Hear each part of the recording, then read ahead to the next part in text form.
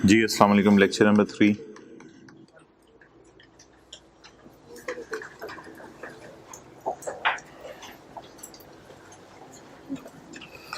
अच्छा, ये page number 1 पे आए। टैक्स ईयर की जो डेफिनेशन है, इसमें पॉइंट नंबर 6 और 7 में क्या फ़र्क है? 6 में ये है कि आपने एप्लीकेशन दी, वो सिरे से ही रिजेक्ट कर दी गई कमिश्नर की तरफ से, यानी आपको इजाज़त मिली नहीं, लेकिन रिजेक्शन से पहले वो रीजंस बताएगा। और 7 में ये है कि आपको इजाज़त मिल चुकी थी और मिली हुई इजाज़त बाद में क्या हो गई? विड्रॉ हो गई। तो 6 में सिरे से इजाज़त मिली नहीं और 7 में मिल के इजाज़त विड्रॉ हो गई। आगे आ जाओ भाई, ये जगह बनाई है इन्होंने। ओके, अच्छा अब आए सेक्शन 83 में।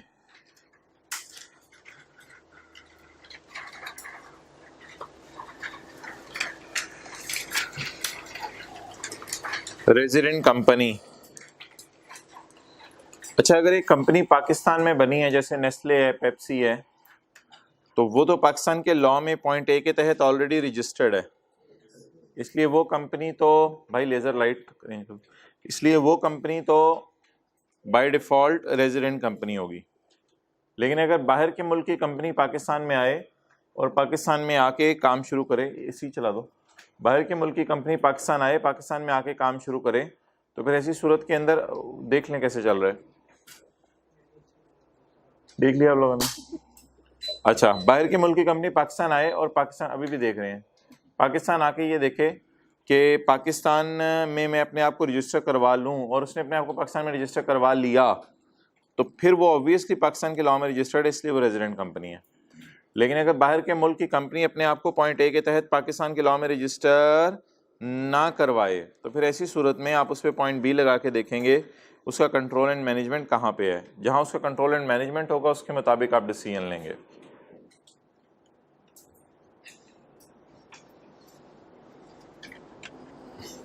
ओके, होमवर्क वाले सवाल में कोई मसला? क्वेश्चन नंबर 17 था, 11 था, पता नहीं, हो गया सारा?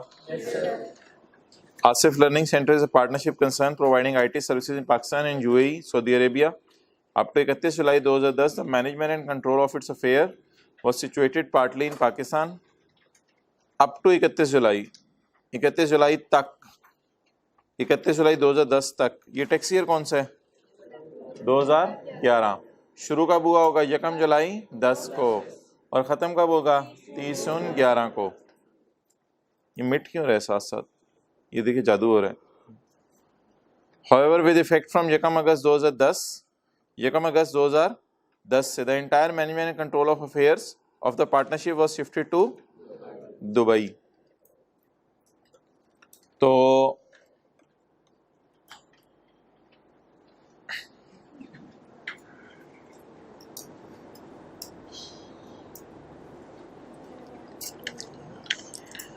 ओके, वापस आ जाएं। तो 1 जुलाई 2010 से लेके, भाई इधर लाओ ना, 1 जुलाई 2010 से लेके 30/11 का अरसा है। तो इसमें 1 अगस्त 2010 को सारा मैनेजमेंट एंड कंट्रोल कहाँ शिफ्ट हो गया? दुबई में। तो जुलाई में मैनेजमेंट एंड कंट्रोल कहाँ रहा? पाकिस्तान में। इसलिए ये कंपनी क्या समझी जाएगी? कंपनी नहीं, एओपी। ये एओपी है ना, एओपी कंपनी नहीं। तो ये एओपी रेजिडेंट एओपी होगी, क्योंकि पार्टली बी कंट्रोल। अच्छा, सारे पार्टनर आए हैं या थोड़े से? उसने को बताया नहीं। Management control was situated partly in Pakistan, कुछ आए पार्टली पाकिस्तान में 1 महीना रहे, तो इसलिए कंपनी क्या, एओपी क्या समझ जाएगी? बोले रेजिडेंट। ओके, अच्छा आगे आ जाए। अच्छा, ये ना कल एक डेफिनेशन हमने की थी पर्सन की, तो ये ज़रा मैंने थोड़ी सी ज़्यादा इसको एक्सप्लेन किया चीज़ को, तो इसमें अगर आपने कोई चीज़ कल नोट नहीं की थी तो वो देख लें। पर्सन इंडिविजुअल भी है, एओपी भी है और कंपनी भी है। ये तो कल इतना सा आपको बताया था, लेकिन ये कुछ ज्यादा तफसील अब मैंने नोट की हुई है, ये अगर आप नोट करना चाहें। आगे इंडिविजुअल क्या हो सकता है? AOP, company, resident. ये यहां ये वाली तफसील आपने शायद नोट नहीं की थी। और अगली बात, रेजिडेंट कंपनी में फॉल क्या करती है? प्रोविंशियल गवर्नमेंट और लोकल गवर्नमेंट। रेजिडेंट कंपनी में कौन फॉल करता है? प्रोविंशियल गवर्नमेंट और, हाँ, पर्सन में फेडरल गवर्नमेंट भी एक पर्सन है, ये अगर आप नोट करना चाहें। फेडरल गवर्नमेंट भी एक पर्सन है, लेकिन ये कंपनी नहीं है। तो पर्सन अब आप 4 कह सकते हैं, इंडिविजुअल, एओपी, कंपनी और फेडरल गवर्नमेंट। और फेडरल गवर्नमेंट कौन सा पर्सन होगा? Resident person, non resident person? Resident person. भाई ये बैग उठाएं, इस रो में एक जगह बनवाएं, ये इस रो में बैग पड़ा हुआ है और अगली उस रो में भी एक भाई आ जाए, टाइम पे आया करें और ये सेकंड लास्ट और थर्ड लास्ट रो में भी एक दफा जगह बना दें एक बंदे की, सेकंड लास्ट और थर्ड लास्ट रो में।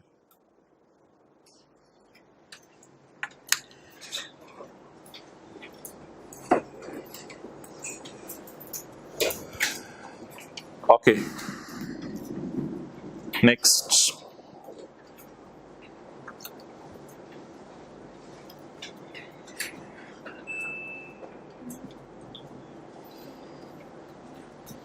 पर्सन की डेफिनेशन,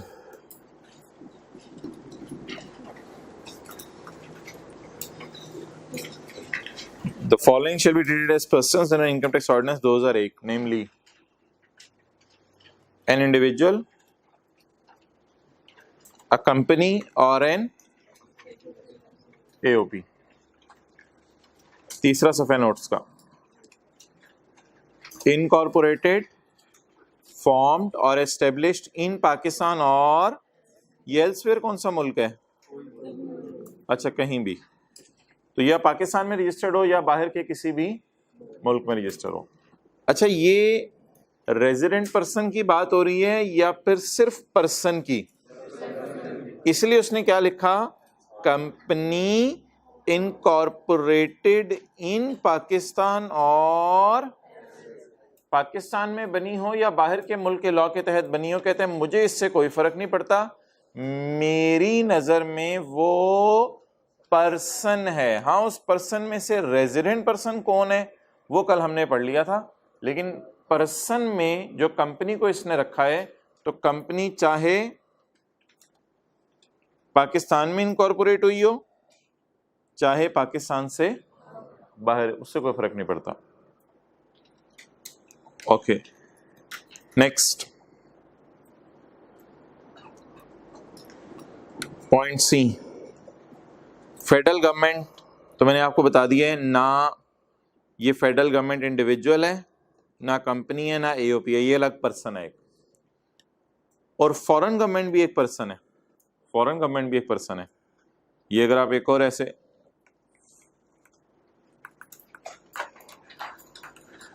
फॉरेन गवर्नमेंट एक अलग पर्सन है, लेकिन ना ये इंडिविजुअल है, ना एओपी है, ना कंपनी है।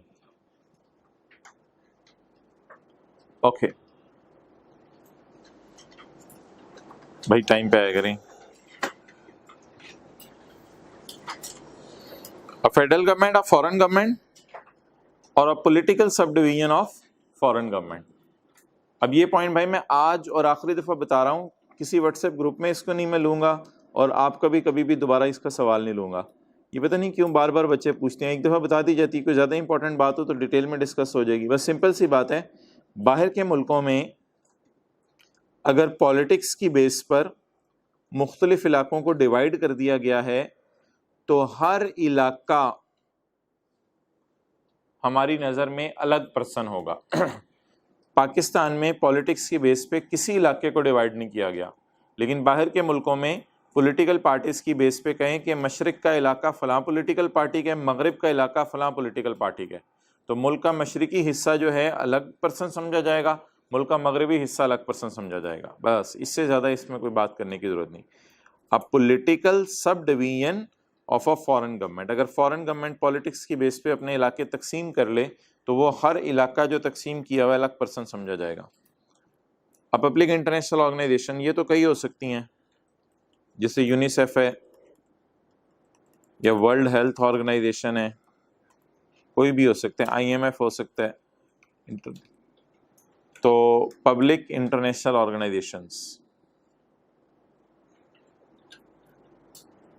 ये सारे हमारे लॉ की नज़र में पर्सन हैं।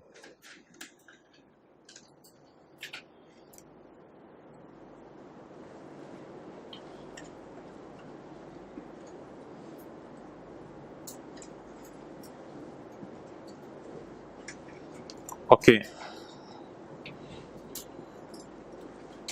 कंपनी, कल हमने रेजिडेंट और नॉन रेजिडेंट कंपनी को पढ़ा था, आज हम पढ़ेंगे कंपनी को।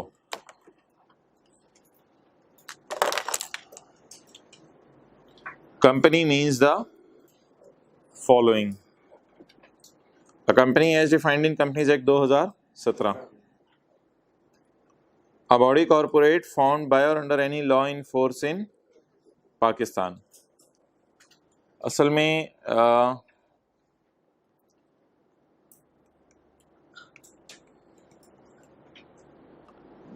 अच्छा, इसमें पुराना लॉ था कंपनीज ऑर्डिनेंस 1984, उससे पहले भी एक लॉ था,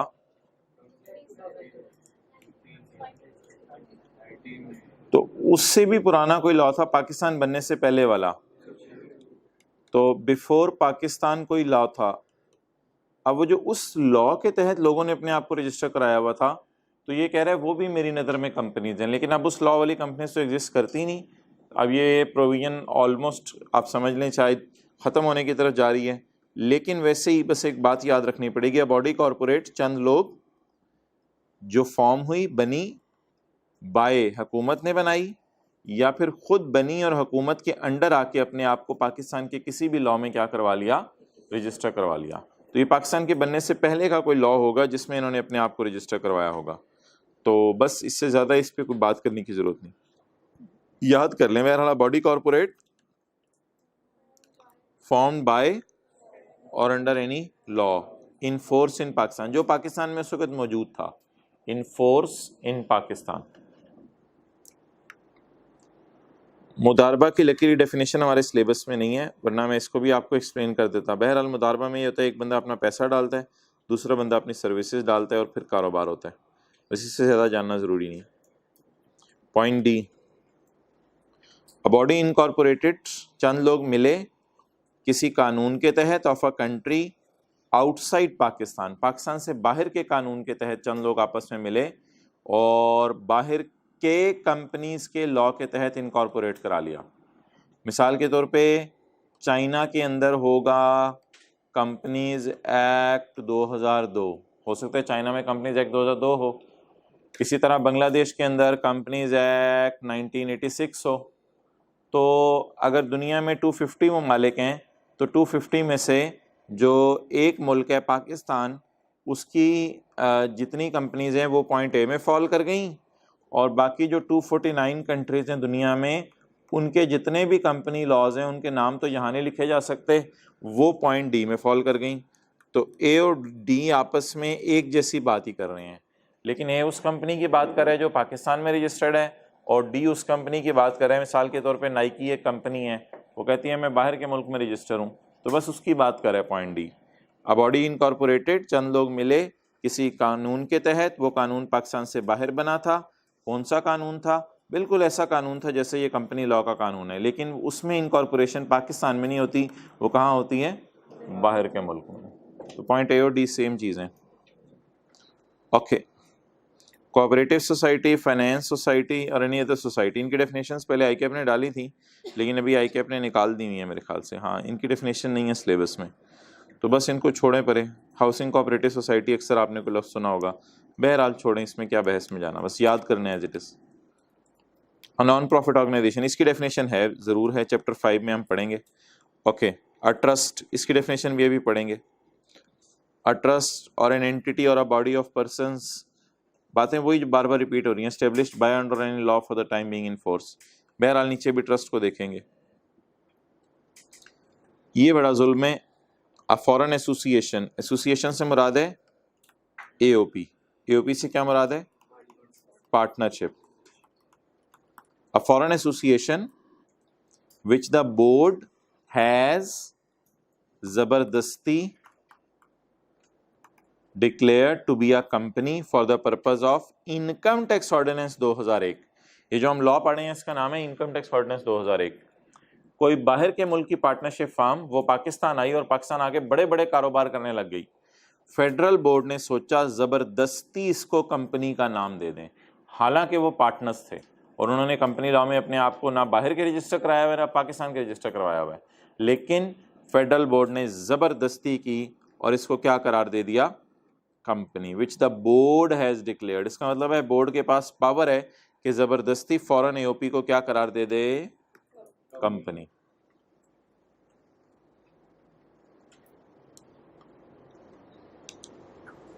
ओके, ये बात कल भी हो चुकी है कि कंपनी की डेफिनेशन में प्रोविंशियल गवर्नमेंट भी है और लोकल गवर्नमेंट भी है, और बल्कि कल ये बात हुई थी कि ये दोनों रेजिडेंट कंपनीज हैं। ये दोनों क्या हैं? रेजिडेंट कंपनी के डेफिनेशन में फॉल करती है। इसका मतलब है अगर बाहर के किसी मुल्क की प्रोविंशियल गवर्नमेंट होगी तो वो भी रेजिडेंट कंपनी नहीं होगी, वो क्या होगी? Non resident. लेकिन पाकिस्तान के मुल्क की प्रोविंशियल गवर्नमेंट क्या होगी? रेजिडेंट। तो ये प्रोविंशियल गवर्नमेंट इन पाकिस्तान और लोकल गवर्नमेंट इन पाकिस्तान ये रेजिडेंट कंपनी है। और आ स्मॉल कंपनी, स्मॉल कंपनी की डेफिनेशन भी आ रही है नीचे, हाँ ये आ रही है। ओके, नजर मार लें जरा दोबारा, चीजों को इस तरह पढ़ लें जरा इधर ही याद हो जाए। एक तो कंपनी लॉ के तहत जो रजिस्टर्ड है वो भी क्या है? कंपनी। दूसरा, पाकिस्तान बनने से पहले अगर कोई कानून था इन फोर्स इन पाकिस्तान जो उस वक्त मौजूद था, उसके तहत अपने आप को आपने रजिस्टर करवा लिया। मुदारबा आ गया। इनकॉर्पोरेशन ऑफ कंपनीज के लिए जो लॉ बनाया हुआ है किस मुल्क में? किसी बाहर के मुल्क ने, ये आ गया इसमें। और कोऑपरेटिव फाइनेंस सोसाइटी तो वैसे ही आसान लफ्ज़ है, याद हो गया। नॉन प्रॉफिट ऑर्गेनाइजेशन लफ्ज़ याद हो गया, ट्रस्ट का लफ्ज़ याद हो गया। आगे इंग्लिश ऑलमोस्ट वही है जो ऊपर लिखी हुई है। और फॉरेन एसोसिएशन जिसको बोर्ड ज़बरदस्ती क्या करार दे दे? Company. Provincial government, local government और स्मॉल कंपनी। ज़रा दोबारा जल्दी से बता दें। कंपनीज एक्ट वाली होगी नंबर 1, ज़बानी सोचें। नंबर 2 बॉडी कॉरपोरेट हो गया। नंबर 3 मुदारबा हो गया। नंबर 4 पाकिस्तान से बाहर के लॉ के अंदर अपने आप को रजिस्टर कराया। कोऑपरेटिव और फाइनेंस सोसाइटी हो गया। नॉन प्रॉफिट ऑर्गेनाइजेशन हो गया और ट्रस्ट हो गया। और फॉरेन एओपी जिसको बोर्ड ज़बरदस्ती क्या करार दे दे? Company. Provincial government, local government और स्मॉल कंपनी, ये कंपनी की डेफिनेशन होगी। Okay, trust. ट्रस्ट में भाई ये 3 बंदे हैं, इंजमाम, सकलैन और वसीम अकरम। इन्होंने अपना पैसा 2 एक्सपर्ट्स को दे दिया। एक्सपर्ट्स को अपना पैसा दे दिया, मिस्टर ए और मिस्टर बी को। अब ये तीनों जो हैं ये बन जाएंगे कैपिटल प्रोवाइडर। इन्होंने अपना सरमाया दिया है, ठीक है जी। 10 लाख रुपए इंजमाम के पास पड़ा था, 10 लाख रुपए सकलैन के पास पड़ा था, 10 लाख वसीम अकरम के पास पड़ा था। इन्होंने अपना पैसा इन लोगों को दे दिया और इन एक्सपर्ट्स के ऊपर एतमाद किया। 30 लाख रुपए इनके पास आ गया। अब ये एक्सपर्ट्स इस पैसे को स्टॉक मार्केट में ले जाएंगे या कहीं भी मार्केट में ले जाएंगे और लेके जाके इसको इन्वेस्ट करेंगे, और इन्वेस्ट करके जो प्रॉफिट आएगा वो इन लोगों को दे दिया करेंगे, लेकिन ऑब्वियसली अपना कमीशन भी कुछ रखा करेंगे। तो ये जो लोग हैं, ये जो एक्सपर्ट्स हैं, इन एक्सपर्ट्स को टेम्परेरी ओनर ऑफ कैश भी कहा जाता है। टेम्परेरीली किसी और का कैश ओन कर रहे हैं, नोट कर लें, फिर आगे चलते हैं। इनको टेम्परेरी ओनर्स भी कहा जाता है।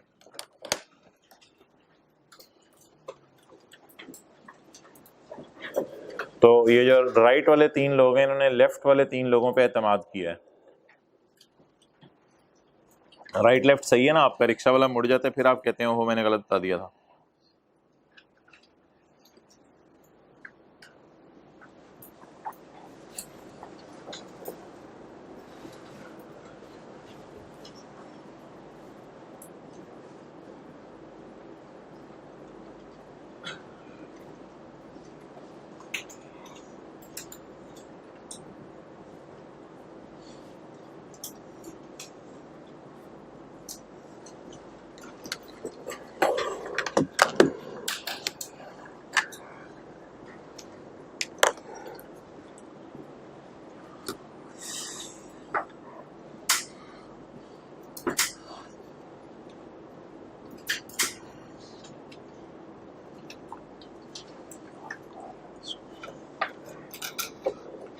Okay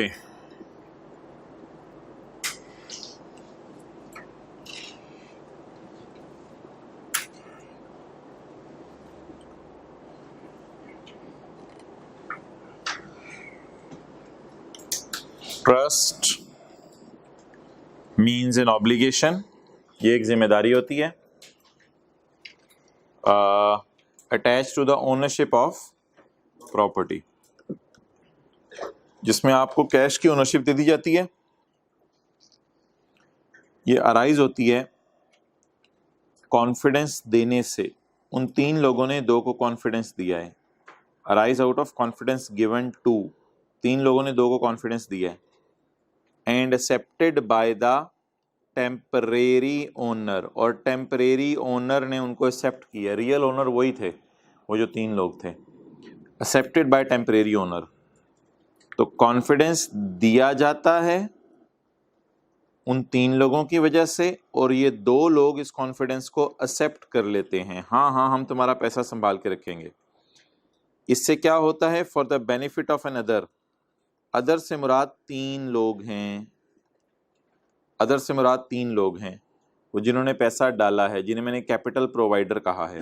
for the benefit of another, या जो असल बात है वो इसने आगे लिखी है, और ऑफ एन अदर, यानी उन तीन लोगों को भी बेनिफिट होगा, एंड ओनर, और ये जो एक्सपर्ट्स हैं इनको भी बेनिफिट होगा। इनको क्या बेनिफिट होगा, इनको इनके काम का कमीशन मिलेगा। For the benefit of another, तीन लोगों को बेनिफिट होगा, या अगर खुल के बात करें तो तीन लोगों को भी बेनिफिट होगा और इसके साथ साथ टेम्परेरी ओनर को भी बेनिफिट होगा। थोड़ा फोकस करना पड़ेगा डेफिनेशन पे, जरा दोबारा इंग्लिश समझनी पड़ेगी। ये जब से शुरू की हैं ये पहली दफ़ा थोड़ी सी ज़रा इंग्लिश आई है राह लाने वाली। ट्रस्ट मीन्स अ जिम्मेदारी, ये एक ऐसी जिम्मेदारी है जो कि पैसे की ओनरशिप के साथ जुड़ी होती है। ये अराइज होने की वजह क्या होती है, देने वाले कॉन्फिडेंस देते हैं और कुछ आगे बढ़ के कॉन्फिडेंस लेते हैं, एक्सेप्ट करते हैं। इससे फ़ायदा पैसे देने वालों को भी होता है और असल फ़ायदा उन्हीं को होता है, या अगर खुल के बात करें तो पैसा देने वालों को भी बेनिफिट होता है और साथ साथ जो आर्जी ओनर हैं उनको भी बेनिफिट होता है। इसमें यूनिट ट्रस्ट भी शामिल है, उसकी डेफिनेशन अभी नीचे आ जाएगी। चलें जरा इसको याद करें। ट्रस्ट मीन्स अ जिम्मेदारी, ये क्या है, एक जिम्मेदारी, attach to the ownership of a property, arise out of confidence given to and accepted by the owner. तो इट इज अ जिम्मेदारी attach to ownership of a property, arise out of confidence given, देने वाले confidence देते हैं, and accepted bye owner, और फिर कुछ लोग कॉन्फिडेंस एक्सेप्ट कर लेते हैं। इससे फायदा ओनर को भी होता है और ओनर और एक्सपर्ट्स को भी, सॉरी, इससे फायदा एन अदर को भी होता है जो कैपिटल प्रोवाइडर है, और कैपिटल प्रोवाइडर और साथ साथ ओनर्स को भी होता है। अच्छा जी,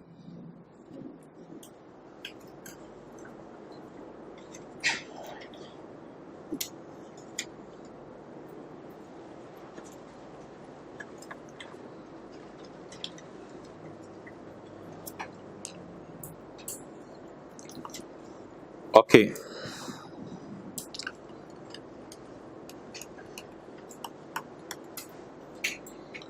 फर्ज करें ये लाया था 20 लाख, तो टोटल कितने हो गए? 40 लाख।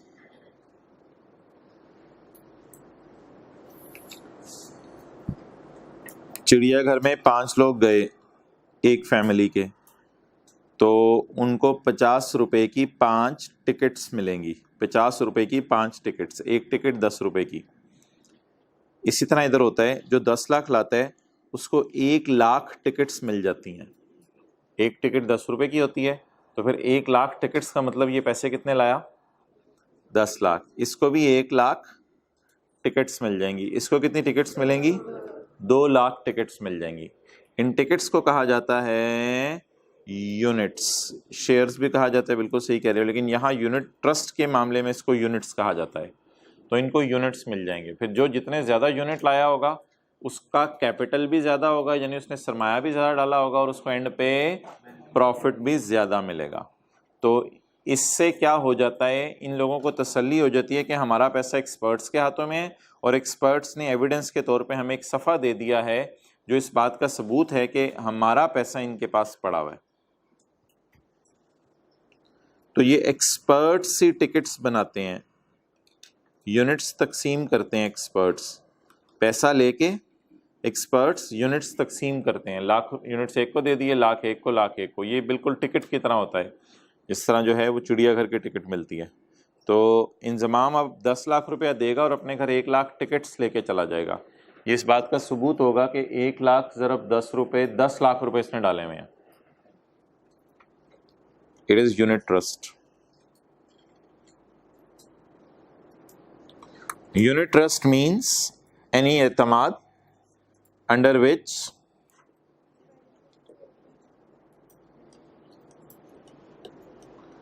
बेनिफिशियल इंटरेस्ट से मुराद अमाउंट है, पैसे हैं, क्योंकि आपका जो बेनिफिट है वो पैसों का है, आपने अपने पैसे डाले हुए हैं। बेनिफिशियल इंटरेस्ट ज़रा मुश्किल लफ्ज़ है, इससे मुराद वो अमाउंट है, मनी है जो आपने पैसे डाले हुए हैं। Unit trust is any trust under which the पैसे आर डिवाइडेड इनटू यूनिट्स। पैसों को किस में डिवाइड कर दिया जाता है? सो डैट द हक ऑफ द बेनिफिशरी। बेनिफिशरी से मुराद यहाँ 3 लोग हैं इस वक्त, एक्सपर्ट्स नहीं, ओरिजिनल ओनर, टेम्परेरी ओनर नहीं। So that the rights of beneficiaries, 3 लोगों का जो हक है, टू इनकम, साल के आखिर में जो प्रॉफिट आएगा, या टू कैपिटल, वो जो उन्होंने 10-10 लाख 20 लाख डाला है। टू इनकम और कैपिटल, कैपिटल वो सरमाया होता है जो आप डालें, प्रॉफिट वो होता है जो साल के एंड पे आता है। टू इनकम और capital R determined by number of units held, क्योंकि यूनिट्स जिसके पास ज्यादा होंगे उसको प्रॉफिट ज्यादा मिलेगा, डायरेक्टली प्रोपोर्शनल होगा। Rights of beneficiaries depend on units held। right of beneficiaries depend करता है units के ऊपर।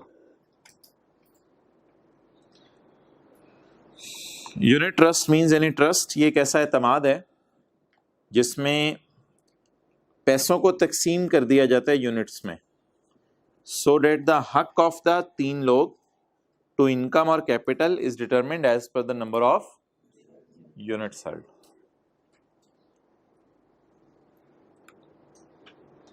ये पहली दफा आप देखने लगे हैं जी रेट ऑफ टैक्सेस। कंपनीज के लिए टैक्स रेट है, 2022 का हमारा साल चल रहा है, 1 जुलाई 2021 से 30 जून 2022। आज क्या तारीख है?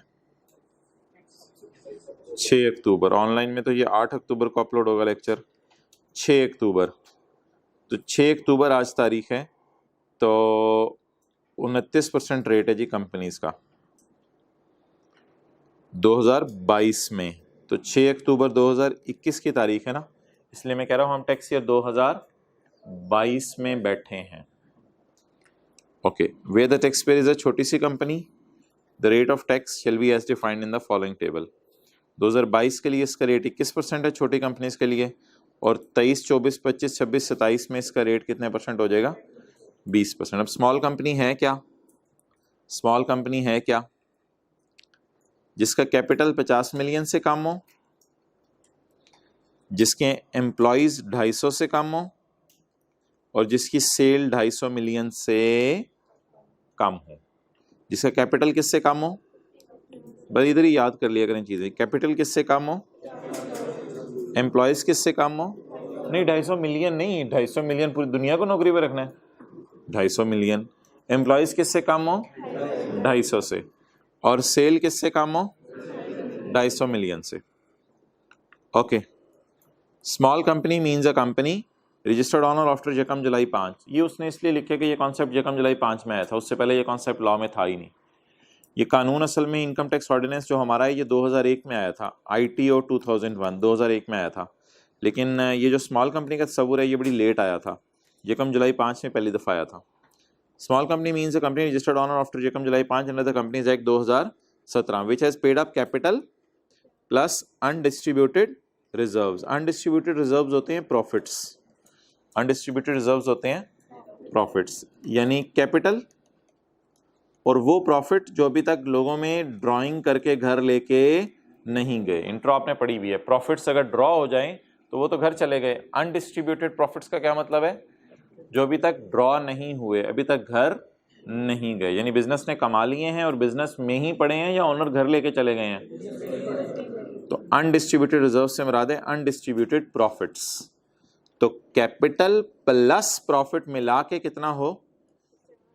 50 मिलियन से कम, नॉट एक्सीडिंग 50। 50 से बढ़े ना, 50 हो सकता है, 50 हो सकता है, याद रखिएगा, नॉट एक्सीडिंग 50, 50 से बढ़े ना। अगर 50 भी है तो ये स्मॉल कंपनी है।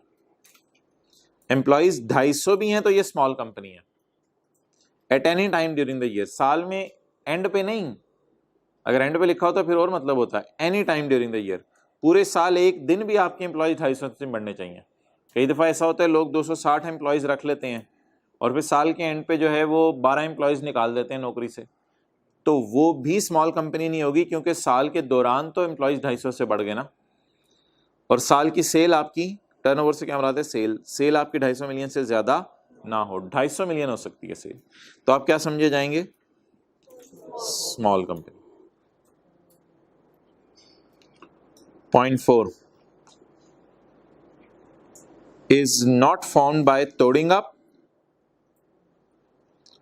or rejoining of a business already in existence। तो जब ये कॉन्सेप्ट आया था 2000 यकम जुलाई 2005 को, तो कुछ लोगों ने गड़बड़ करने की कोशिश की थी। उनकी पुरानी फैक्ट्री थी, पुरानी फैक्ट्री में थे 400 एम्प्लॉयज़। तो फैक्ट्री के एक पोर्शन के अंदर जो है वो बनते थे जूते और दूसरे पोर्शन के अंदर बनते थे लेदर बैग्स। तो इन्होंने क्या किया? इन्होंने कंपनी को तोड़ के 2 हिस्से कर दिए, 200 एम्प्लॉयज़ इधर भेज दिए, 200 एम्प्लॉयज़ इधर भेज दिए और कहा कि हम भी क्या हैं? Small company. तो लॉ मेकर ने कहा ये तुम लोगों ने गड़बड़ की है, ये पाकिस्तानी वाला काम किया तुमने। इज नॉट, नहीं आप तो अच्छे लोग हैं। इज नॉट फाउंड बाय तोड़िंग अप और या रीजोड़िंग of a business already in. तो इन्होंने नए नामों से कंपनी जाके रजिस्टर करवा ली थी, हालांकि काम वही था, फैक्ट्रियाँ वही थी, बंदे वही थे, सब कुछ वही था, लेकिन बेनिफिट लेने के लिए बड़ी बड़ी कंपनीज को तोड़ के छोटी छोटी कंपनीज में तकसीम कर दिया था। तो ऐसे लोगों को ये बेनिफिट नहीं मिलेगा।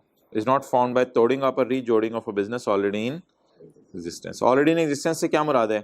यकम जुलाई 5 से पहले का वो बिजनेस है, उसको आप तोड़ के जो है वो ये नया बिजनेस नहीं शुरू कर सकते, फिर आप स्मॉल कंपनी नहीं है। स्मॉल कंपनी फ्रेश बननी चाहिए, बिल्कुल ताज़ा खस्ता क्रिस्पी, नाश्ता भी नहीं किया होता ऊपर से ऐसी बातें। Point 5 is not a small and, वो स्मॉल एंड मीडियम एंटरप्राइज नहीं होनी चाहिए भाई। स्मॉल एंड मीडियम एंटरप्राइज की डेफिनेशन हम पढ़ेंगे, इसकी डेफिनेशन पेंडिंग है। स्मॉल एंड मीडियम एंटरप्राइज कोई और चीज़ है, उसकी डेफिनेशन हम पढ़ेंगे। ओके, एसोसिएशन ऑफ पर्संस, अभी कुछ न्यूमेरिकल पोर्शन शुरू करते हैं, बस काफ़ी हो गया आज। एसोसिएशन ऑफ पर्संस, ये कंपनी की डेफिनेशन हो गई। ये देखें ना, इंडिविजुअल की डेफिनेशन तो है कोई नहीं, आपके साथ वाला इंडिविजुअल बैठा है, इससे बड़ी और क्या इंडिविजुअल की मिसाल हो सकती है? जिंदा जीती जागती मिसाल आपके साथ देखें, इंडिविजुअल बैठा हुआ है।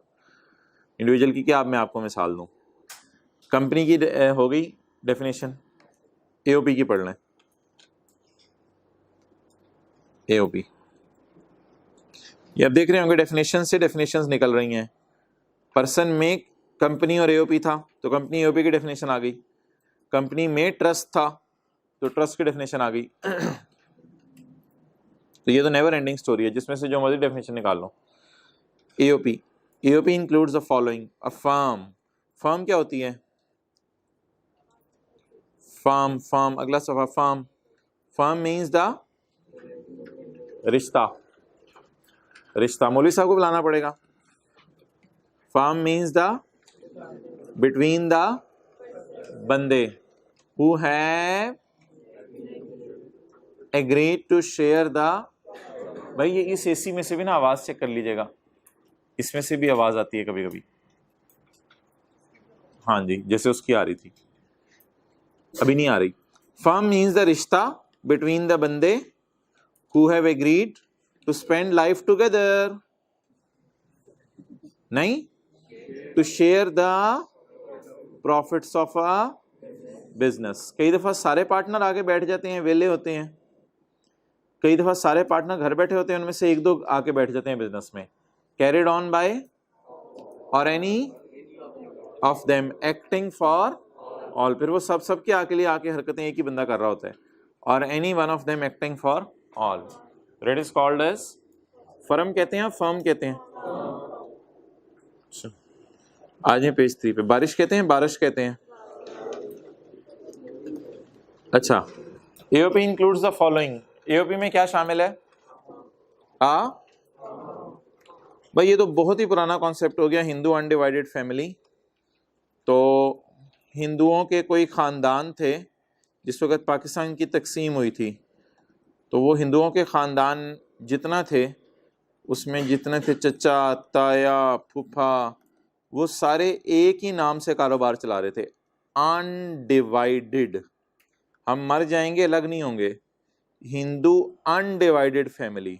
तो अगर पूरा ख़ानदान एक ही कारोबार चला रहा हो और ख़ानदान अभी डिवाइड ना हुआ हो, यानी खून इनका अभी लाल ही था, सफ़ेद नहीं हुआ था, तो ये अनडिवाइडेड थे। तो फिर ऐसी सूरत के अंदर अगर लाल खून वाली फैमिली आपको मिल जाए तो इसका मतलब है ये एक ही नाम से कारोबार चला रहे हैं, तो इनको भी क्या कहा जाएगा? पार्टनरशिप। बहरहाल अब तो शायद ऐसी फैमिलीज मिलना बहुत ही रेयर हो। ओके,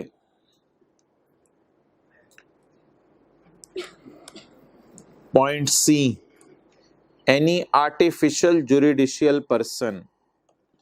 इस पे भी मोहतरम मैं कुछ ज़्यादा डिस्कशन नहीं करूँगा, ना कोई सवाल लिया करूँगा। इस पे भी अक्सर बच्चे बाद में पूछ रहे होते हैं, ये इसका ज़रा मतलब दोबारा बता दें।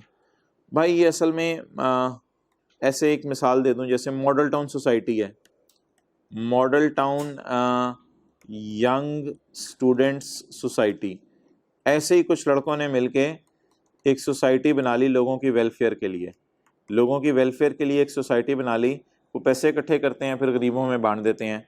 अब ये आर्टिफिशियल यानी मसनूई कानून की नज़र में बंदे समझे जाएंगे, आर्टिफिशियल कानून की नज़र में बंदे समझे जाएंगे। Model town young student society welfare के लिए बना ली। तो असल में ना ये अगर किसी लॉ में अपने आप को रजिस्टर करवा लें तो फिर ये नॉन प्रॉफिट ऑर्गेनाइजेशन बन जाते हैं। लेकिन नॉन प्रॉफिट ऑर्गेनाइजेशन में हम पढ़ेंगे किसी लॉ में जाके अपने आप को रजिस्टर कराना ज़रूरी है। तो अक्सर लोग रिफाह आमा के काम कर रहे होते हैं, 2-4 लोग मिलके, लेकिन कहीं अपने आप को रजिस्टर नहीं करा रहे होते। तो लॉ की नज़र में वो भी बोले क्या हैं? Partnership form. लेकिन ऑब्वियसली उनके कोई प्रॉफिट्स नहीं होते, वो तो सारा पैसा बांट देते हैं, तो इसलिए उन्होंने टैक्स भी देना नहीं होता। लेकिन ऑब्वियसली उन लोगों को लॉ की नज़र में कुछ ना कुछ नाम देना पड़ेगा, इसलिए हमने उन्हें क्या नाम दिया है?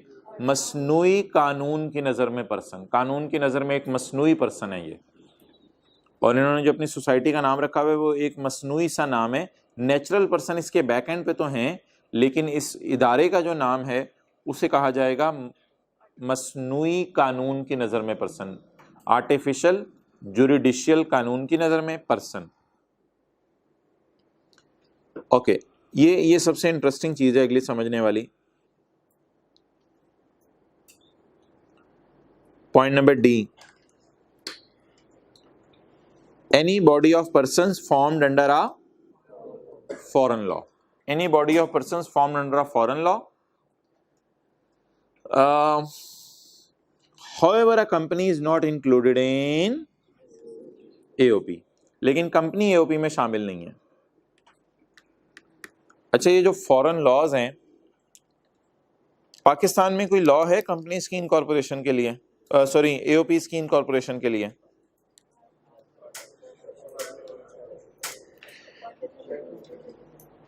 पार्टनरशिप एक्ट जो है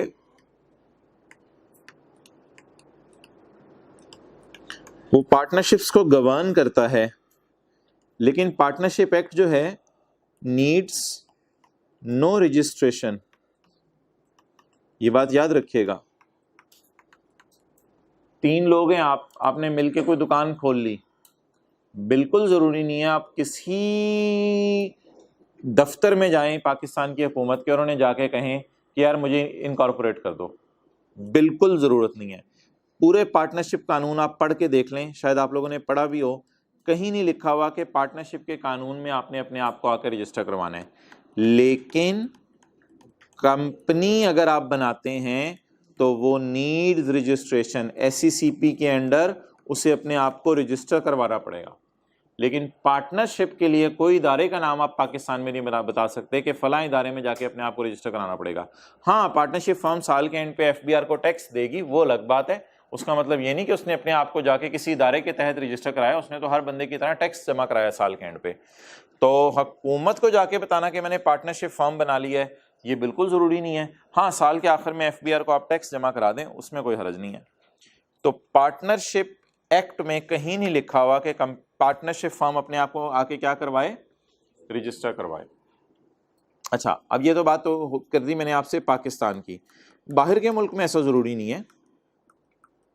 बाहर के मुल्क में ऐसा हो सकता है कि पार्टनरशिप फर्म ने भी अपने आप को क्या कराना हो और कंपनी ने भी अपने आप को क्या कराना हो। कंपनीज तो तकरीबन सारे मुल्कों में ही अपने आप को रजिस्टर करवाती हैं, कंपनीज में तो कोई रिलैक्सेशन नहीं है। हो सकता है बाहर के मुल्क में पार्टनरशिप फर्म ने भी अपने आप को जाके क्या कराना हो, रजिस्टर करवाना हो। जैसे SECP पाकिस्तान में बना हुआ, इसी तरह का कोई इदारा बाहर के मुल्क में बना हो जो पार्टनरशिप्स को देखे। अब वो क्या कहते हैं, अ बॉडी ऑफ पर्संस, मिसाल के तौर पे 3 लोग मिले, सिम्पसन, जॉन और लारा, 3 लोग मिले और अपने आप को फॉर्म किया इन्होंने अंडर अ फॉरेन लॉ। लेकिन कहते हैं याद रखना ये law However, a company is not included in AOP, लेकिन अगर ये अपने आप को मिलके किसी कंपनी लॉ में रजिस्टर करा लें तो वो AOP नहीं होगा। वो क्यों नहीं AOP होगा जरा बताएं। However, a company is not an AOP। तो अगर आप बाहर के मुल्क में जाके अपने आप को इस लॉ में रजिस्टर करवा लें तो फिर आप क्या बन जाएंगे, AOP या कंपनी। लेकिन इस लॉ के अलावा हो सकता है, अभी मैं येलो हाईलाइट तो कर रहा हूं लेकिन मुझे पता है ये पाकिस्तान का लॉ है, लेकिन बिल फर्ज अगर ये बाहर का लॉ और नीड्स रजिस्ट्रेशन हो तो फिर आप पार्टनरशिप एक्ट बाहर के मुल्क के तहत अपने आप को जाके जब रजिस्टर करवाएंगे तो आप AOP ही करार दिए जाएंगे।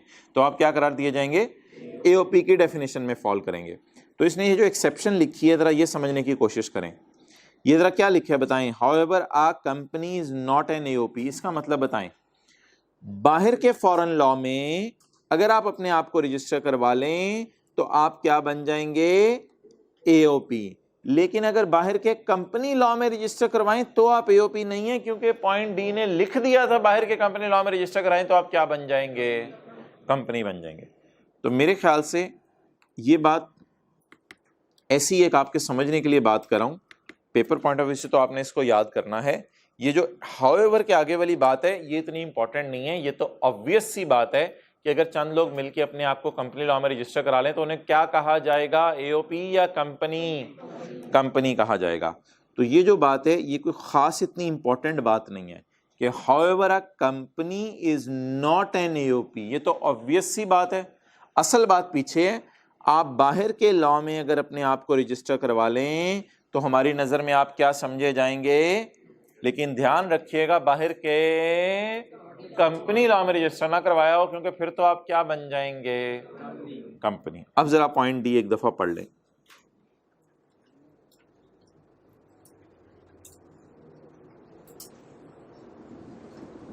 इससे कंपनीज ऊपर वाले पॉइंट डी में ऑलरेडी कवर्ड है, वो जो ऊपर वाला एक पॉइंट डी भी आ रहा था, ये वाला पॉइंट डी, कंपनीज तो ऊपर वाले पॉइंट डी में ऑलरेडी कवर्ड है बाहर की कंपनीज।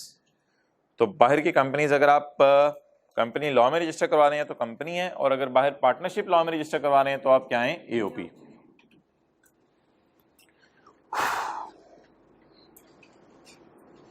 ओके, अगला सफा, member in relation to AOP includes a partner in a firm. AOP के लिए जो पार्टनर है फर्म का उसे क्या कहा जाएगा, मेंबर।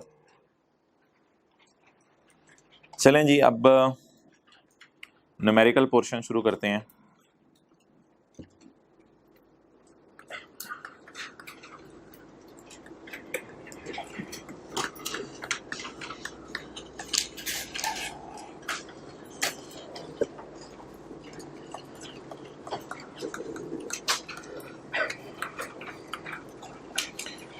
एक बंदा है राइज में नौकरी करता है, घंटे की कैशियर है, तो वो कौन सी इनकम कमा रहा है, इनकम फ्रॉम सैलरी। शाम को जाके उसने अपने घर के अंदर एक दुकान खोली हुई है जिस दुकान पे वो बोतलें और बिस्किट बेचता है, और 1 घंटा शाम को वहाँ दुकान खोल लेता है, तो वो कौन सी इनकम कमा रहा है, इनकम फ्रॉम बिजनेस। वही राइज का एम्प्लॉई अपने घर का ऊपर वाला पोर्शन किराए पे दे देता है, तो वो कौन सी इनकम कमा रहा है, इनकम फ्रॉम प्रॉपर्टी। वही राइज का एम्प्लॉई कोई शेयर खरीदता है बाजार में जाके और शेयर बेच देता है, तो वो कौन सी इनकम कमा रहा है, इनकम फ्रॉम कैपिटल गेन। और वही राइज का एम्प्लॉई वो इसके अलावा कोई और इनकम भी कमा सकता है। मिसाल के तौर पे उसकी शादी हुई, उसमें वलीमा हुआ, वलीमे के ऊपर उसको जो है सलामी मिली, तो ये उसका बिजनेस तो नहीं है ना, तो इनकम फ्रॉम वलीमा करा के सलामी लेना बिजनेस तो नहीं है ना लोगों का, तो ये उसकी कौन सी इनकम बनेगी, इनकम फ्रॉम अदर सोर्स। तो नौकरी से जो इनकम कमा रहे हैं डेट इज, शाम को जाके जो कारोबार कर रहे हैं डेट इज, घर किराए पे दिया हुआ इनकम फ्रॉम, शेयर खरीद के बेचे, और इसके अलावा अगर और कोई इनकम कमाई तो income from other source. Okay, अब इनकम फ्रॉम सैलरी के चैप्टर पे हमें 14-15 दिन लगेंगे, बिजनेस के चैप्टर पे हमें 20 दिन लगेंगे, प्रॉपर्टी के चैप्टर पे 3-4 दिन लगेंगे, कैपिटल गेन के चैप्टर पे 3-4 दिन लगेंगे, अदर सोर्स के चैप्टर पे हमें 3-4 दिन लगेंगे। तो इसलिए इन चीज़ों की डिटेल हमने बहुत डिटेल में देखनी है कि ये इनकम्स कैसे कैलकुलेट होती हैं।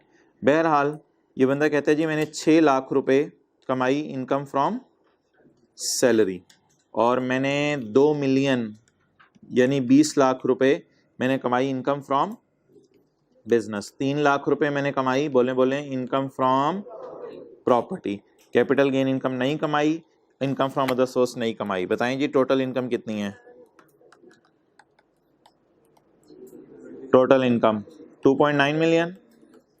गुड, 29 लाख रुपए इसने कमाया। लेकिन यहाँ पे हुकूमत कहती है आप 29 लाख पे टैक्स ना दें हमें, आपको हम एक बेनिफिट देते हैं, that benefit is called as ज़कात। जब आप टोटल इनकम निकाल लेंगे तो टोटल इनकम में से आपको ज़कात माइनस करने की इजाज़त होगी। अगर आपने ज़कात जमा करवाई है तो ज़कात देने से हुकूमत खुश होगी और हुकूमत आपको एक बेनिफिट देगी, लेस ज़कात।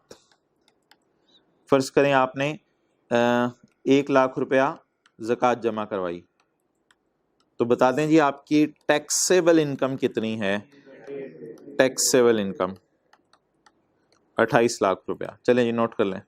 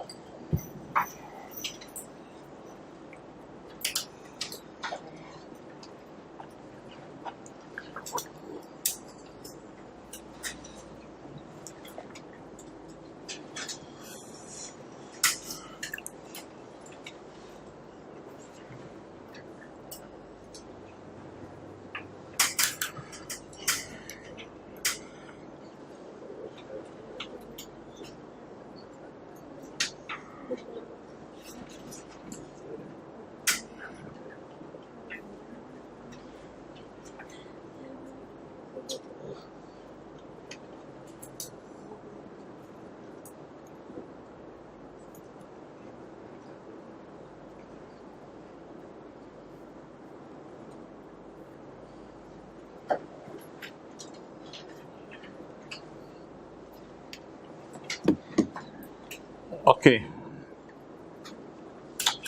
अब जी आप 28 लाख पे टैक्स निकालेंगे, लेकिन उससे पहले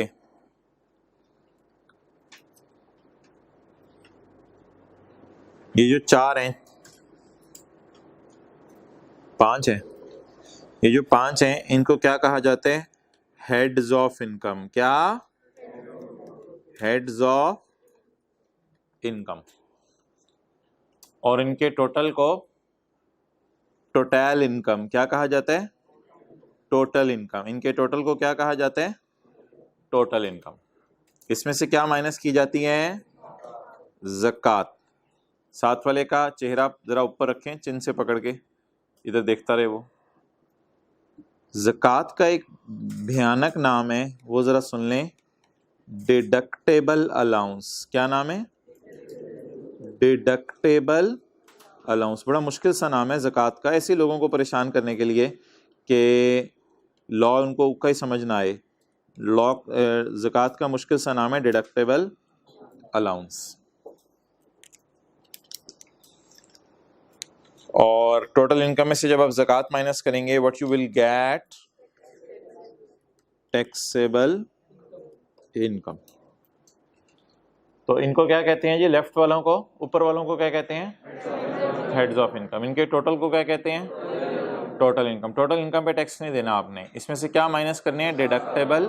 डिडक्टेबल अलाउंसेस 3-4 हैं हमारे सिलेबस में, उनमें से एक क्या है? ज़कात। डिडक्टेबल का उर्दू में क्या तर्जुमा है? माइनस करने की इजाजत है, डिडक्टेबल। और ज़कात जब माइनस कर देते हैं तो जो जवाब आता है उसे क्या कहते हैं? Taxable income. ओके, अब अगले सफ़े पे आके ज़रा बताएं कि इसका टैक्स कैसे निकलेगा। ये टेबल के ऊपर भी 2 लाइनें लिखी हुई हैं, इनको छोड़ें अभी। बताएं इसका टैक्स कैसे निकलेगा। Where taxable income does not exceed 4 lakh. अगर एक बंदे की 4 लाख से इनकम ना बढ़े तो इसकी तो 4 लाख से इनकम बढ़ रही है। एक बंदा कहते हैं मेरी दही भल्ले की दुकान है, मैं साल में 3 लाख कमाता हूँ, उसे क्या खुशखबरी सुनाएंगे? तुम्हारा टैक्स माफ है। अच्छा, अगर किसी बंदे की इनकम 4 लाख से ज़्यादा हो जाए लेकिन 6 लाख से कम हो, हमारे वाला बंदा तो नहीं है, ये हमारे वाला बंदा तो नहीं है। 4 से 6 लाख के दरमियान तो नहीं कमा रहा, ये तो अच्छे खासे पैसे कमा रहा है। आगे चलें, अगर एक बंदे की इनकम 6 लाख से ज़्यादा हो जाए लेकिन 12 लाख से, हमारे वाला बंदा तो नहीं है ये, इसने तो लुट मचाई हुई है, ये तो 12 लाख से बहुत ज़्यादा कमा रहा है। अगर एक बंदे की इनकम 12 लाख से ज़्यादा हो जाए लेकिन 24 लाख से कम हो, हमारे वाला बंदा तो नहीं है ये तो कितना कमा रहा है? 28 लाख कमा रहा है। Point 5, where the taxable income exceed 24 lakh but does not exceed rupees 30 lakh, हमारे वाला बंदा है ये 24 लाख से 30 लाख के दरमियान कमा रहा है। तो इस में आके ये फंस गया। तो ये जो सीरियल नंबर 5 है इसके ऊपर ये लगेगा। अगर एक बंदा 24 लाख से 30 लाख के दरमियान कमाए तो इस पे कौन सा सीरियल लगेगा? सीरियल 5 लगेगा। ये पेपर में टेबल अब आप क्या करेंगे, कल तक याद करके सुना देंगे सारा? वैसे पेपर में गिवन होगा।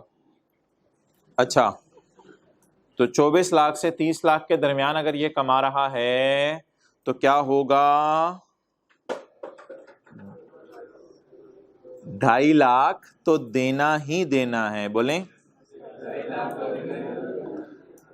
Plus 20% of amount exceeding 24 lakh. ये जरा समझाने की कोशिश करें, इसका क्या मतलब है लाइन का? Plus 20% of amount exceeding 24 lakh. 24 lakh से जितनी इसकी अमाउंट बढ़ रही है उसके कितने परसेंट देने? 20%। और कितने पैसे फिक्स देने हैं और कितने पैसे परसेंटेज लगा के देने हैं? 24 लाख से जो बढ़ रहे हैं। अब जरा जाके देखते हैं कितने पैसे फिक्स देने ही देने हैं इसने। अब हम इसका क्या कैलकुलेट करने लगे हैं? टैक्स।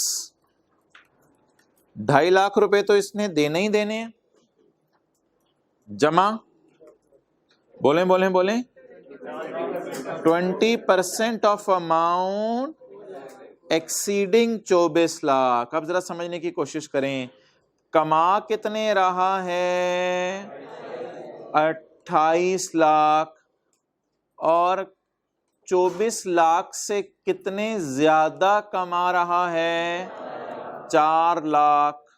कहते हैं अमाउंट एक्सीडिंग 24 लाख पे आपने कितने % टैक्स देना है 20%। तो 20% 28 लाख का लेंगे या 4 लाख का? 28 लाख 24 लाख से कितना ज्यादा है 4 लाख। तो इस पे क्या लगाएंगे जी 20% into 4 lakh.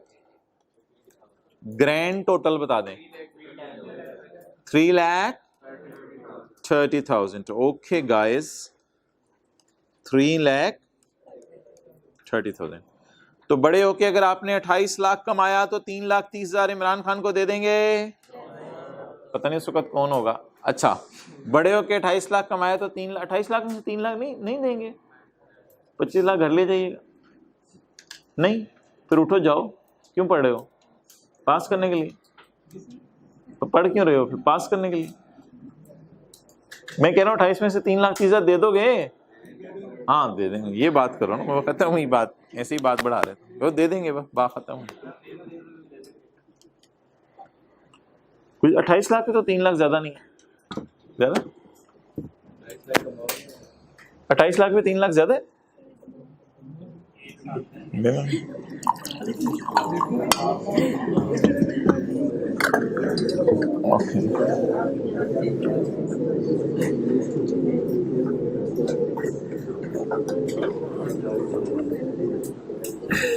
Okay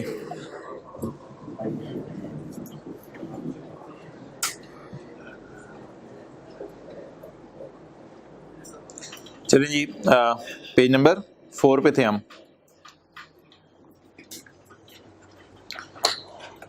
income tax शिल बी इम्पोज्ड फॉर ईच। हर साल टैक्स लगेगा, यानी 1 जुलाई 21 से लेके 30 जून 22 के साल का टैक्स ये 2022 बनेगा, उस साल भी टैक्स लगेगा। फिर 1 जुलाई 22 से 30 जून 23 के साल भी टैक्स लगेगा। ये टेबल हर साल लगा करेगा। ये टेबल साल में कितनी दफ़ा खोलने की ज़रूरत होगी? सिर्फ एक दफ़ा। Charge at the rate specified in first schedule. ये देख लें अगले सफ़े पे क्या लिखा हुआ है। फर्स्ट शेड्यूल एक शेड्यूल है, तो उस शेड्यूल में कहते हैं जो रेट दिए हुए हैं वो रेट लगेंगे। अगले सफ़े पे हमने देख लिया first schedule. Charge on every individual, every AOP, every company. लेकिन ये इंडिविजुअल्स और एओपीज के रेट हैं, कंपनीज के रेट हम ऊपर पढ़ आए हैं। वैसे कंपनीज हमारे सिलेबस में नहीं है न्यूमेरिकल्स उनके। ये इंडिविजुअल्स के रेट हमने पढ़े हैं अगले सफ़े पे, और एओपीज के रेट पढ़े हैं। Charge on every person who has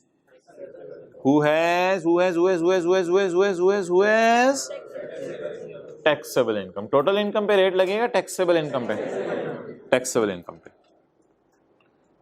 okay, the income tax shall be computed, अभी निकाला है वैसे हमने। Income tax shall be computed by applying the rate. Rate लगाया जाएगा टैक्स का, किसके ऊपर? टैक्सेबल इनकम पे रेट लगाया जाएगा, ना के टोटल इनकम पे। टोटल इनकम पे रेट नहीं लगेगा, रेट किस पे लगेगा? टैक्सेबल इनकम पे। And tax discounts shell be subtracted from above figure. अच्छा, ये जब बुक पब्लिश होगी इंशाल्लाह, बुक में तो मैं सही कर दूंगा। ये एक लाइन गलती से लिखी रह गई है, ये पुराने लॉ की, ये लाइन काट दें। ये देखें प्रॉपर्टी के आगे एक लाइन लिखी हुई है, ये लाइन काट दें, ये बदल चुकी हुई है। अब इंशाल्लाह बुक में सही होके आएगी। अच्छा, तो बताएं जी, tax credit shall be subtracted from above figure का क्या मतलब है? टैक्स डिस्काउंट मिलेंगे, टैक्स डिस्काउंट मिलेंगे। डिस्काउंट किन चीज़ों पे मिलते हैं वो हमारा पूरा चैप्टर है, लेकिन अगर मैं आपके सामने एक फॉर्मेट बना रहा हूं तो टैक्स क्रेडिट या टैक्स डिस्काउंट इसमें से माइनस होंगे। उसमें हम पढ़ेंगे कोई बंदा चैरिटी वगैरह दे दे, हुकूमत खुश होकर इसको डिस्काउंट दे देती है और थोड़ा टैक्स माफ़ कर देती है। तो मुख्तलिफ चीज़ों पे हम टैक्स क्रेडिट्स पढ़ेंगे, डिस्काउंट्स पढ़ेंगे। जी जी जी पढ़ेंगे। Okay, and tax credit shall be subtracted from work figure. Tax credits हम पढ़ेंगे चैप्टर 6 में।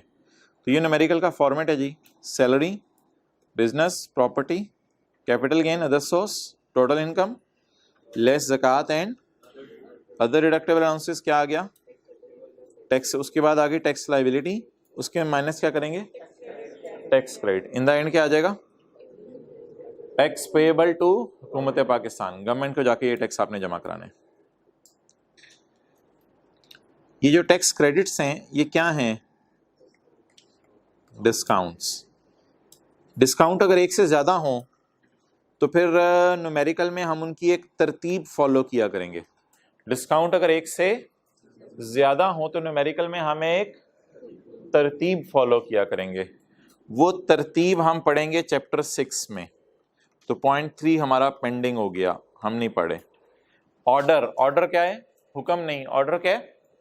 तरतीब। तरतीब of applying tax credit, tax credit देने की तरतीब। ये किस चैप्टर में पढ़ेंगे? चैप्टर 6 में पढ़ेंगे। तो ये पूरा हमारा पेंडिंग हो गया, हमने बिल्कुल फिलहाल नहीं पढ़ा।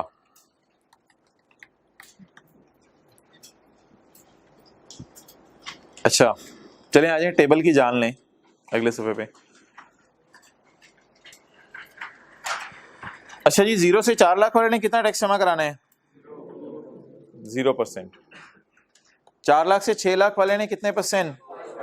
एंड सो ऑन, चलते चलते चलते चलते चलते चलते चलते चलते चलते चलते चलते अगर एक बंदे की इनकम 6 मिलियन से ज्यादा है तो उसके लिए मैक्सिमम रेट क्या है? 30। हालांकि कंपनीज के लिए जो रेट था वो सिर्फ 29% था, लेकिन इंडिविजुअल्स और पार्टनरशिप्स अगर अन्य ही पैसे कमा रहे हों तो ऐसी सूरत में रेट शूट अप करते करते कहाँ तक पहुँच गया इनका? 35% पे। तो ये मैक्सिमम रेट है, ये मैक्सिमम रेट है हमारे लॉ के अंदर जो आखिरी वाले सीरियल के अंदर आ रहा है। अच्छा, ये लाइन क्या लिखी हुई है जी पॉइंट 1 में? Subject two clause 2।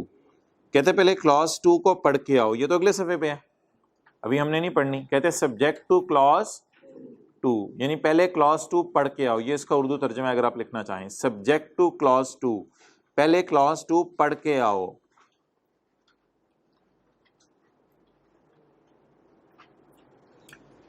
Subject to अब्बू परमिशन, मैं ट्रिप पे जाऊंगा। सब्जेक्ट टू अब्बू परमिशन यानी पहले अब्बू से पूछ के आओ। ये लफ्ज़ आप लोग वैसे इस्तेमाल नहीं करते सब्जेक्ट टू वाला, लेकिन ये लफ्ज़ आप इस्तेमाल कर सकते हैं आज के बाद।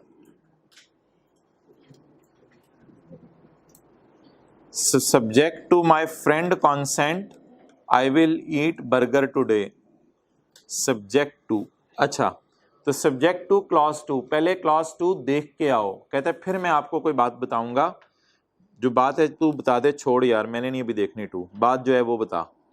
The rate of tax imposed on income of every individual and AOP. Companies के रेट नहीं है ये, rates of individuals and AOPs, except salary वाले, एक्सेप्ट सैलरी वाले। Shall be as set out in the following. Salary के अलावा वालों के लिए कहते हैं मैंने आपको ये रेट दे दिए हैं। अब आप कह रहे होंगे कि सैलरी तो इधर थी, सैलरी तो इधर थी, तो यहां क्या लिखा हुआ है? एक्सेप्ट सैलरी वाले, एक्सेप्ट सैलरी वाले। अब एक आखिरी चीज है, आपने बड़ी गौर से सुननी है भाई। ये सैलरी वाला बंदा नहीं है, ये सैलरी नहीं कमा रहा, ये सैलरी ना होने के बराबर कमा रहा है। अब अगर एक बंदा सैलरी बहुत ज्यादा कमा रहा हो ना, तो कल मैं आपको बताऊंगा उसके लिए ना अगले सफ़े वाला टेबल है, और ये बड़ा रिलैक्सिंग टेबल है। इतना लंबा टेबल है, इसके अंदर बड़े छोटे छोटे रेट हैं, 15%, 17.5%, 20, 22.5। सैलरी वालों को हुकूमत बड़ा प्रोटोकॉल दे के रखती है, बेचारे नौकरी कर रहे हैं, इनसे ज़्यादा टैक्स ना लो। तो जो सैलरी अच्छी खासी कमा रहे हैं उनके लिए कौन सा टेबल है अगले सफे वाला? टेबल 2। जो सैलरी कम कमा रहे हैं उनके लिए कौन सा टेबल है? तो सैलरीड केस, इधर जो लफ्ज लिखा हुआ है एक्सेप्ट सैलरीड इंडिविजुअल, इससे आपको क्या लग रहा है? सैलरी कमाने वाला, लेकिन ये अंडरस्टैंडिंग गलत है। ये जो एक्सेप्ट सैलरीड का मतलब ये है कि सैलरी जो कमा रहा है अच्छी खासी, उनके लिए कौन सा टेबल है? अगले सफे वाला। और जो सैलरी कम कमा रहा है उसके लिए, अच्छा अब ये जो टेबल 1 है इसके ऊपर हम लिख लेते हैं सैलरी कम कमा रहा है, सैलरी कम कमा रहा है। अगर आप सैलरी बहुत कम कमा रहे हैं, अभी आप सोच रहे होंगे कम और ज्यादा का क्या मतलब है, वो मैं बताता हूं अभी। अगर एक बंदा सैलरी कम कमा रहा है तो कौन सा टेबल? टेबल 1। अच्छा, अगर एक बंदा सैलरी अच्छी खासी कमा रहा है, बोलें, अगर एक बंदा सैलरी अच्छी खासी कमा रहा है तो फिर कौन सा टेबल लगेगा? टेबल 2। और अगर कम कमा रहे हैं, टेबल 1। क्लियर? ये कैसे डिसाइड होगा कि सैलरी अच्छी खासी कमा रहा है या कम कमा रहा है? उसके लिए माजरत एक छोटी सी चीज आपको यहां पे हाईलाइट करवा देता हूं। लॉ का एक रूल है 75%। ये लेकिन लाइन नहीं पढ़नी आपने। ये मैं किस पेज पे हूं? पेज नंबर 6 पे, पेज नंबर 6 के ऊपर हूं। तो एक छोटी सी चीज हाईलाइट करा देता हूं, 75%। अब जरा आपने हिम्मत नहीं हारनी, कैलकुलेटर हाथों में पकड़ना है और मुझे बताना है कि ये सैलरी अच्छी खासी कमा रहा है या कम कमा रहा है। आपने काम किया करना है पेपर में, ये काम आपने किया करना है हर सवाल में। मैंने सवाल करने से पहले करवाया नहीं था, काम मुझे करवाना चाहिए था। आपने ये काम हर सवाल में टेक्स्ट निकालने से पहले किया करना है। वो काम आपने क्या किया करना है? कैलकुलेटर पे किया करना है, पेपर में शो नहीं करना। लेकिन मैं कुछ दिन कैलकुलेटर पे करने की बजाय यहाँ पे शो भी करूंगा आपको, लेकिन आपने पेपर में शो नहीं करना। आपने ये फिगर पकड़ा करनी है, इस पे लगाया करना है एक फैक्टर, डेट इज 75%। ये लॉ में एक फिक्स परसेंटेज दी हुई है, डेट इज 75%। ये आपने एक फैक्टर लगाया करना है किसके ऊपर? सिर्फ किसके ऊपर? किसके ऊपर? टैक्सेबल इनकम के ऊपर। किसके ऊपर बोलें? टैक्सेबल इनकम के ऊपर आपने एक फैक्टर लगाया करना है। कितने परसेंट का? जरा बताएं, 28 लाख का 75%, 21 लाख एग्जैक्ट आ गया। अच्छा, अब ये जो मैं ग्रीन से हाईलाइट कर रहा हूं, ये जरा देखिएगा, इन दोनों को मैंने हाईलाइट कर दिया। अब जरा इन दोनों को कंपैरिजन करें तो सैलरी 21 लाख से कम है, इसका मतलब है ये सैलरी अच्छी खासी नहीं कमा रहा। क्या ऐसा हो सकता है कि यहां 21 लाख आए और यहां 23 लाख आ जाए? किसी बंदे के साथ दुनिया में ऐसा हो सकता है? हो सकता है ना, होने में क्या हर्ज होता है, वो और कोई इनकम कमा ही ना रहा हो। तो क्या ऐसा हो सकता है कल किसी सवाल में यहां 21 लाख आए और यहां पे 22 लाख आ जाए? Is it possible? लेकिन फिलहाल आज क्या हो रहा है, किसको किससे कंपेयर करके डिसीजन लेना है? टैक्सेबल इनकम का 75%। कैलकुलेटर पे लेना है, पेपर में यहां लगा के शो नहीं करना, कैलकुलेटर पे लेना है, सिर्फ टैक्सेबल इनकम का 75% लेना है। जो जवाब आ जाएगा उसको हाईलाइट कर लेना है, सैलरी को हाईलाइट कर लेना है, और दोनों में को ऐसे नजर मारनी है। नजर मार के क्या देखना है, या सैलरी कम होगी या, अब सैलरी इधर क्या आई? कम। जब ये कम आ गई तो ये जरा फिक्रा पड़े, अब हमने कहां लिखा हुआ है?